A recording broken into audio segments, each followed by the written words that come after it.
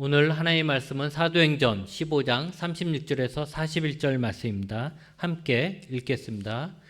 며칠 후에 바울이 바나바더러 말하되 우리가 주의 말씀을 전한 각 성으로 다시 가서 형제들이 어떠한가 방문하자 하고 바나바는 마가라는 요한도 데리고 가고자 하나 바울은 밤빌리아에서 자기들을 떠나 함께 일하러 가지 아니한 자를 데리고 가는 것이 옳지 않다 하여 서로 심히 다투어 피차 갈라서니 바나바는 마가를 데리고 배 타고 구브로로 가고 바울은 실라를 택한 후에 형제들에게 주의 은혜에 부탁함을 받고 떠나 수리아와 길리기아로 다니며 교회들을 경고하게 하니라.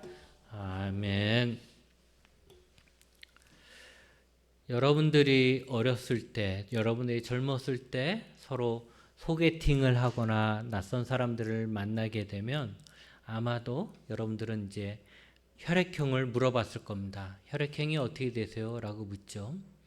그때 우리가 혈액형을 묻는 이유는 뭐 수혈을 하기 위해서 묻는 것은 아니고 혈액형에 따라서 그 사람의 성격이 정해진다라는 생각을 하고 있었기 때문에 예를 들면 뭐 A형이면 소심하다, B형이면 무슨 괴짜다 이런 생각을 했기 때문에 이 사람의 스타일이 어떤 사람인가, 나랑 잘 맞을까라는 생각에서 그 사람을 알아가기 위한 방법으로 혈액형을 묻곤 했죠. 근데 요즘 젊은 사람들은 혈액형을 묻지 않습니다. 혈액형을 묻지 않고 대신 뭘 묻냐면 MBTI를 물어요. 성격 유형을 묻는 거죠. 그래서 그 MBTI가 나는 뭡니다 라고 얘기하면 이 사람은 이런 스타일의 사람이구나, 이 사람은 저런 스타일의 사람이구나, 이 사람은 뭘 더 중요시 여기는구나, 이런 것들을 알고 그래서 서로 나와 같은 잘 맞는 스타일의 사람이면 좋아하고 또 그렇지 않으면 좀 힘들겠구나 이런 생각을 하게 되는 것이죠. 사람들은 저마다 성격이 다 다르고 생각이 다릅니다. 같은 상황에서도 일 중심인 사람과 사람 중심인 사람이 있지요. 일 중심인 사람은 사람보다는 일의 결과를 중요시해서 이런 사람과 함께 일하는 사람은 상처를 받기 쉽습니다. 돌아보면 예전에 제가 이런 스타일이었던 것 같습니다. 일을 하면 무엇은 목표를 세우고 그 목표를 이루기 위해서 사람들을 막 닥달하죠. 힘들어하면 위로하고 세워주고 하는 것이 아니라 왜 그거밖에 못하냐고 막 질책하면서 더 잘해야 된다고, 우리가 지금 이거밖에 못했으니까 이 목표를 채우기 위해서 이렇게 해야 된다고 해서 사람들을 좀 힘들게 하는 그런 스타일이죠. 그래서 젊었을 땐 저 때문에 상처받는 사람들도 많이 있었던 것 같습니다. 근데 반대로 사람 중심의 사람은 일의 결과보다 사람을 중요시하기 때문에 사람이 좋다는 말은 잘 들어요. 우리 목사님, 우리 뭐 구역장님, 우리 누구는 참 사람이 좋다라는 말은 들어도 또 일은 잘한다라는 말은 못 들어요. 일은 잘 못하는 거죠. 이런 사람들을 제가 만나보면 아이 뭐 그거 못하면 어때? 오늘 못하면 어때? 다음에 하면 되지. 뭐 이런 식으로 그냥 쉽게 얘기하더라고요. 그러니까 일의 결과적인 본에서 보면 사람을 중시 여길 때는 조금 떨어지는 경향도 있죠. 어쨌든 이것은 다 이 사람이 무엇을 중요시 여기냐, 어떤 스타일의 판단을 하느냐, 성격이냐에 따라 좀 다른 것이죠. 바울은 예루살렘 회의에 다녀온 후에 생각을 했습니다. 예루살렘 회의에서 이제 결정을 내리잖아요. 이방인들에게 할례를 강요하지 말라라는 결정을 내려요. 그러니까 이것은 이방인들에게서 기쁜 소식이죠. 내가 예수님을 믿어 구원을 얻는데 할례를 받지 않아도 된다라는 것을 공식적으로 인정해 줬으니까 기쁜 소식이에요. 그래서 이 기쁜 소식도 전할 겸 또 자신이 이제 전도했던 1차 전도 여행 때 전도했던 지역들을 다시 방문하여 그들을 좀 돌봐야겠다라는 생각을 하게 됩니다.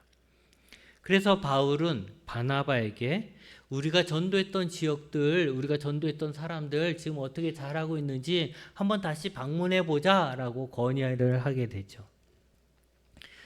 우리가 며칠 일정으로 뭐 일주일이면 일주일 일정으로 선교 여행을 가다 보면 그때의 경험과 그때 보았던 사람들의 생각이 계속 나요. 제가 뭐 인도에 갔었을 때 인도 사람들, 인도 예배 드렸던 거, 거기 함께 있었던 아이들, 또 뭐 거기 또 어른들, 이런 것들이 생각나고, 거기서 사역한 선교사님들도 생각나고, 그렇기 때문에 늘 거기 이제 선교지를 갔다가, 짧은 시간이지만 선교지를 갔다가 올 때는 다음에 또 와야 되겠다, 다음에 또 와야 되겠다라는 생각을 하게 돼요. 그런데 이렇게 짧게 갔다 와도 그런 생각을 하는데, 바울과 바나바는 자신들이 고생하잖아요. 죽을 뻔하는 고생을 하면서 복음을 전했고, 믿는 자들이 생겼으니 그들이 얼마나 보고 싶기도 하고 걱정도 되겠습니까? 그래서 바나바도 바울의 그 건의에 그래, 그렇게 하자, 우리 가서 그들 좀 다시 한번 돌보자 라고 말을 하게 됩니다. 여기까지는 좋았습니다. 여기까지는 다 합이 잘 맞았죠. 그런데 하나의 문제가 생깁니다. 누구랑 갈 것이냐죠. 누구랑 갈 것이냐. 여기에서 이제 서로의 스타일이 나오게 되는 거죠. 바나바와 바울이 서로 너무 다른 스타일이었어요. 바나바는 그 이름처럼 사람 중심, 관계 중심이었다면, 바울은 좀 목적 중심, 아까 얘기한 일 중심이었던 것이죠. 그래서 바나바가 좀 따뜻한 감성적인 사람이었다면, 바울은 이성적인, 논리적인 그런 사람이었습니다. 이 다툼은 이 서로가 이렇게 다른 것은 서로가 이해할 수 있을 때, 그럴 때는 서로의 부족함을 채워주는 아주 좋은 효과를 내지만, 만약 한 부분에 대해서 서로 이해가 안 된다라고 하면 다툼의 원인이 되는 거죠. 넌 왜 그렇게 해? 이렇게 하면 안 되잖아, 저렇게 하면 안 되잖아. 서로 다른 이야기를 하게 되니까 다툼이 되는 것입니다. 바나바는 마가와 함께 가자고 했고, 바울은 마가는 안 된다라고 했습니다. 바나바는 1차 전도 여행지를 돌아볼 거 아니냐. 근데 그때 함께 처음에 출발했던, 안디옥 교회에서 함께 출발했던 마가도 데리고 가는 게 맞지 않겠느냐. 그도 데리고 가자라고 했을 거예요. 근데 바울은 그래, 마가도 우리랑 첫 전도 여행 때 출발했었지. 하지만 마가는 어떻게 했어? 끝까지 함께 하지 않았어. 중간에, 그것도 어려운 전도 지역을 앞두고는 그냥 집으로 돌아가 버렸어, 혼자. 그랬기 때문에 안 돼라고 반대를 하는 거죠. 여러분, 우리가 어떤 여행을 가도, 또 우리가 어떤 예를 들어서 해외여행을 간다라고 할 때도 몇몇 사람들이 다 준비해 갖고 가는데, 근데 그 중에 일행 중에 한 명이 그냥 중간에 빠져버리면 어떻습니까? 기분이 별로 안 좋아요. 함께 가려고 막 준비하고 막 으쌰으쌰 했다가 한 명 쑥 빠지면 왠지 맥이 확 빠져버리는 거죠. 근데 하물며 힘든 전도여행을 하는데 그 중에 한 명이 힘들다고 그냥 빠져버리면 나머지 사람들은 정말 더 힘들게 되는 것이죠. 그래서 전도여행에는 끝까지 함께 갈 수 있는 사람이 필요하고, 마가는 한 번 포기했기 때문에 그렇게 약한 자를 데리고 갈 수 없다라고 바울은 이야기하는 것입니다. 또 그렇게 말하는 이면에는 전도해야 할 지역이 많이 남아있는 상황에서 나몰라라하고 집으로 돌아간 마가로 인해 화가 났었던 것 같아요. 바울이 그때 어떻게 네가 이럴 수 있어? 라는 마음에 화가 났던 것이죠. 근데 그 화가 아직도 있었던 것 같아요. 그래서 안 된다라고 얘기했죠. 또 한편으로 보면 바울이 판단할 때, 바울은 전도에 열심이었잖아요. 이방인에게 복음을 전하기 위해 목숨도 건 그렇게 열심히 있는 사람인데, 그런 바울이 보기에 마가는 선교에 대해서 열정도 부족하고 사명감도 부족한 자야. 그래서 저 사람은 전도자로서는 빵점이야, 이렇게 생각을 했을 겁니다. 그래서 이런 마가보다는 끝까지 함께 할 수 있는 다른 사람을 데리고 가야 하는 것이 바울의 의견이었죠. 여러분은 어떻게 생각하십니까? 함께 일하다가 힘들다고 자기만 쏙 빠진 사람을 다음 일할 때도 함께 할 수 있겠습니까? 아니면 그보다는 한 번의 기회를 줬는데 그가 그것을 차버렸으니까 이제는 더 신뢰가 가는 다른 사람과 함께 일하는 것이 옳지 않을까라고 생각을 하시진 않습니까? 근데 한편 바나바는 이렇게 주장합니다. 한 번 실수로 전도 여행에 적합하지 않는 사람으로 낙인 찍는 것은 좀 좋지 않다. 한 번 실수했다고 해서 에이 너는 아니야 해서 포기해버리고 그 사람을 마치 불량품처럼 이제 부족한 사람처럼 포기해버리는 건 좋지 않다는 거죠. 사람이라는 것이 부족한 것이 있고 부족한 것이 있으면 잘 가르쳐서 다음에 잘할 수 있도록 도와야 한다. 처음부터 잘한 사람은 어디 있냐? 잘 도우면 되지 않느냐? 그래서 마가는 그때는 잘못했지만 이번에 그 잘못한 것을 만회하고 그도 성장할 수 있는 기회를 한 번 더 줘야 된다. 그러니까 마가를 꼭 데려가야 된다. 이런 거죠. 그가 1차 전도 여행 때 일찍 포기한 것을 배신이라고 화만 낼 것이 아니라 그냥 그의 미숙함이라고 생각하고 용서해 주자.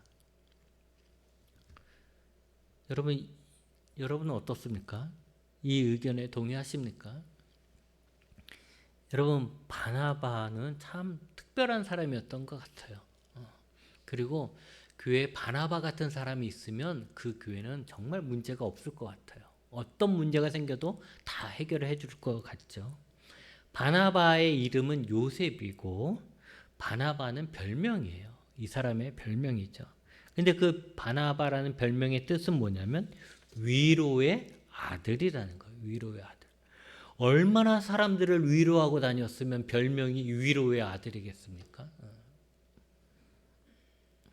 그렇기 때문에 우리는 이 위로의 아들이라고 불리는 이 요셉, 이 바나바의 성품이 어떨는지는 짐작이 되는 것이죠. 아마도 바나바는 미숙한 마가, 실패한 마가를 위로하고 다시 세워주고 싶었을 겁니다. 늘 바나바는 그렇게 해왔거든요. 여러분은 바울과 바나바의 의견 중 어느 것이 더 맞다고 생각을 하십니까? 서로 다른 의견이 있겠죠. 근데 결과는 어떻게 됐냐면 바울과 바나바는 서로 의견을 통일하지 못했어요. 그리고 이렇게 서로 의견이 다르니까 그러면 우리 각자 가자 이래서 따로 가게 됩니다. 바나바는 마가를 데리고 배를 타고 첫 선교지이자 자신의 고향인 구브로로 갔고 바울은 신라와 함께 육로를 통해서 더베와 루스드라 쪽으로 쭉 올라가게 됩니다. 그리고 그 후 사도행전의 이야기는 바나바가 아닌 바울 중심의 이야기로 흘러가게 됩니다. 이제 사도행전에서는 이제 바나바는 이제 빠지게 되는 거예요. 근데 그렇다고 해서 바나바의 선택이 잘못됐느냐? 그것은 아닙니다. 사도행전에 기록되지 않다고 해서 그가 교회를 버리고 세상으로 갔거나 아무 일도 안 한 것이 아닙니다. 그의 헌신이 아무 열매가 없었던 것이 아니죠. 문제아였던 마가는 이제 나중에 어떻게 되냐면 베드로와 함께 다니면서 베드로를 통해 예수님의 이야기를 듣게 되고 그것을 막 기록하게 됩니다. 마가는 예수님을 직접 보지 못했잖아요. 실제 그때 예수님 따라다니는 제자는 아니었습니다. 12제자가 아니었죠. 근데 베드로를 따라다니면서 베드로가 얘기해 주는 거죠. 이제 마가에게 예수님이 언제 이렇게 얘기하셨다. 어느 장소에서 이런 사건이 있었다. 이렇게 얘기한 거예요. 그거를 마가가 잘 정리를 하고 기록을 했던 것이죠. 그리고 이 기록한 것을 가지고 이게 책이 되는데 이게 바로 마가복음입니다. 마가복음. 이 마가복음은 참 중요한 책이에요. 우리가 사복음서가 있잖아요. 예수님의 이야기를 다루는 사복음서가 있는데 이 사복음서 중에 제일 먼저 쓰여진 책이 마가복음이라는 거죠. 그러니까 마태복음이라든가 누가복음이라든가 요한복음 읽어보면 겹치는 부분이 많잖아요. 그렇죠? 그러니까 아마 뒤에 써져 있는 사복음서, 다른 복음서들은 마가가 쓴 이 마가복음을 참고했을 것이다 라고 생각을 하게 되는 것이죠. 그래서 마가로 인해서 예수님의 이야기가, 예수님이 어떻게 행하셨고 어떤 말씀을 하셨는지가 우리에게 전해진 거예요. 그러니까 마가는 참 중요한 역할을 하게 된 것이죠. 그러니까 그만큼 마가가 성장하는 데 있어서, 그리고 교회 안에서 그렇게 중요한 일을 할 수 있는 것에 바나바의 도움이 컸던 것입니다.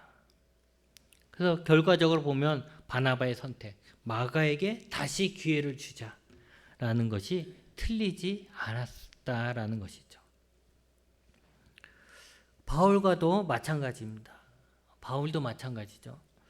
마가 대신 함께한 실라와 잘 맞았어요. 그래서 앞으로 살펴본 이제 뒷장인데 사도행전 뒤에 계속 나오겠지만 2차 전도여행을 통해서 많은 교회들을 견고하게 세웠고 세운 그런 결과를 얻게 됩니다. 근데 거기서 또 끝나는 게 아니고 나중에 마가는 바울에게도 인정받는 좋은 동역자가 되었고, 바울이 순교 직전에 디모데에게 편지를 보내요. 이제 감옥에서 편지를 보내죠. 근데 그 편지에 뭐라고 하냐면 마가를 데리고 오라고 해요.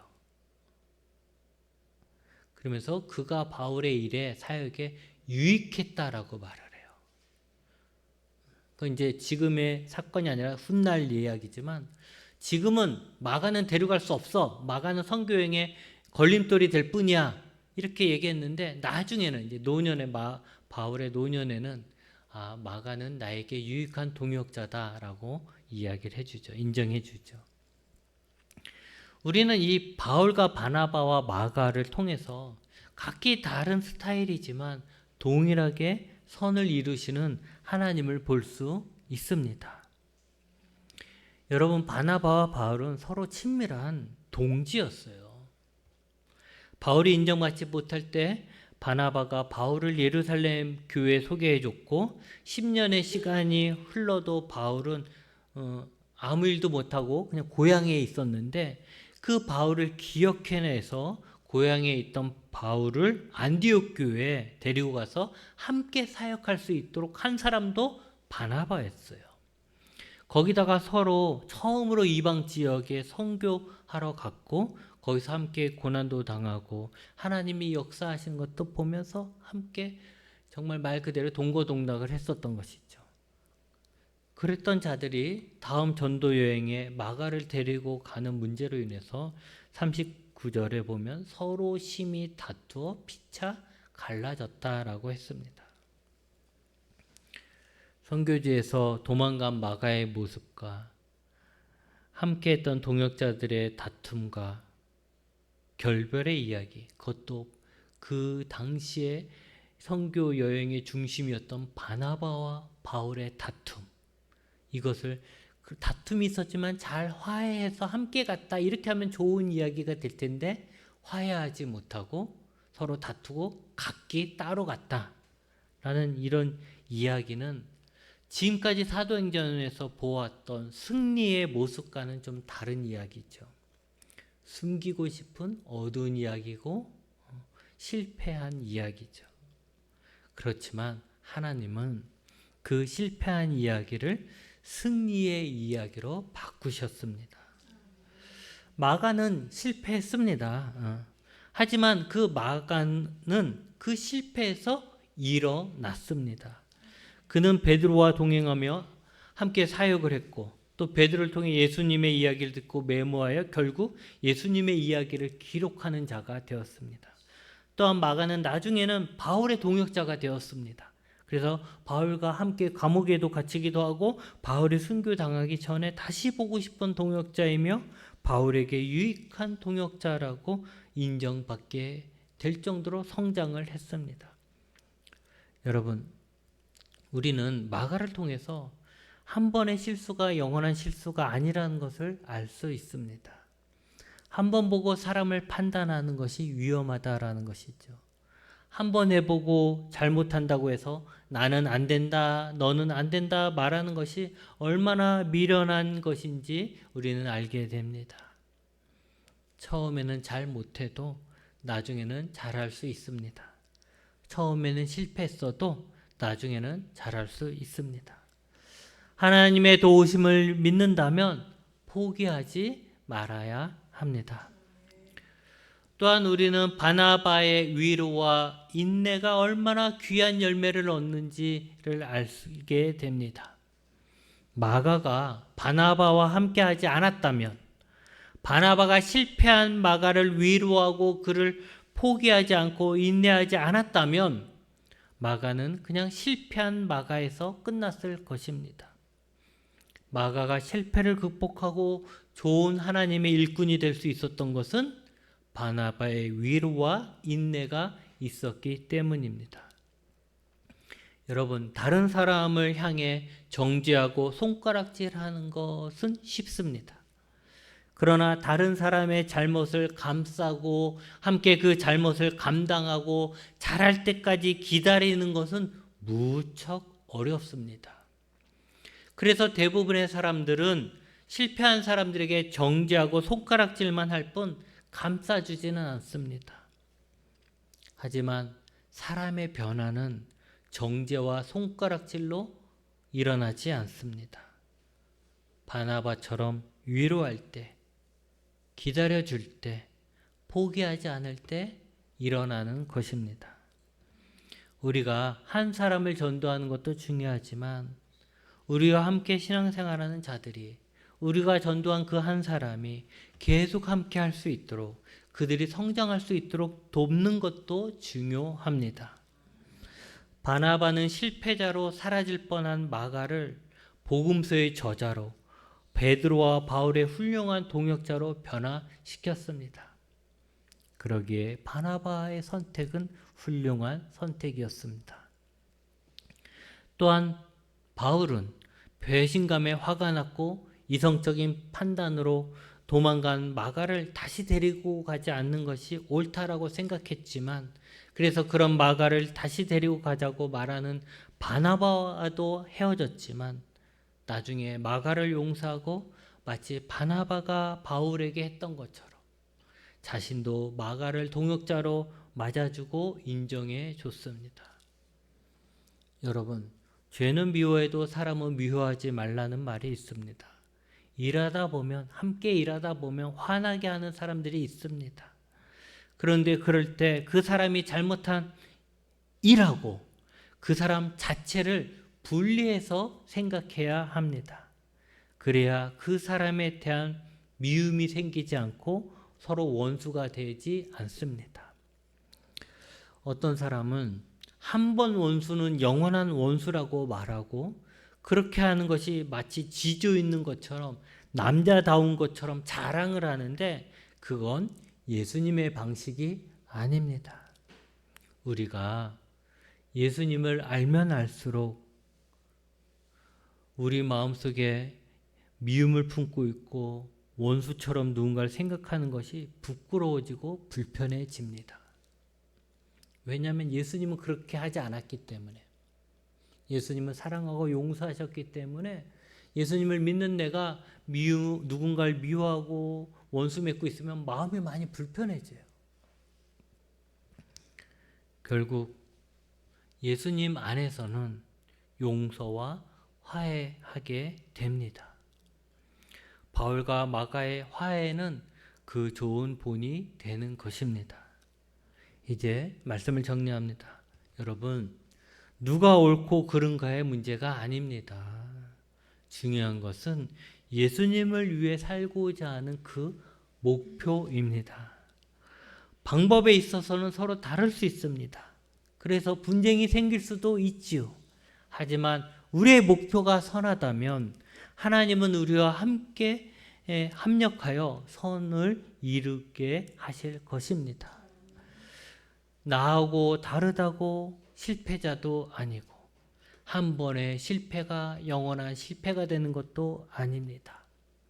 혹 우리 가운데 하나님의 일을 하다가 누군가와 화해하지 못하고 원망하고 있다면 하나님 안에서 좀 더 넓게 보시기 바랍니다.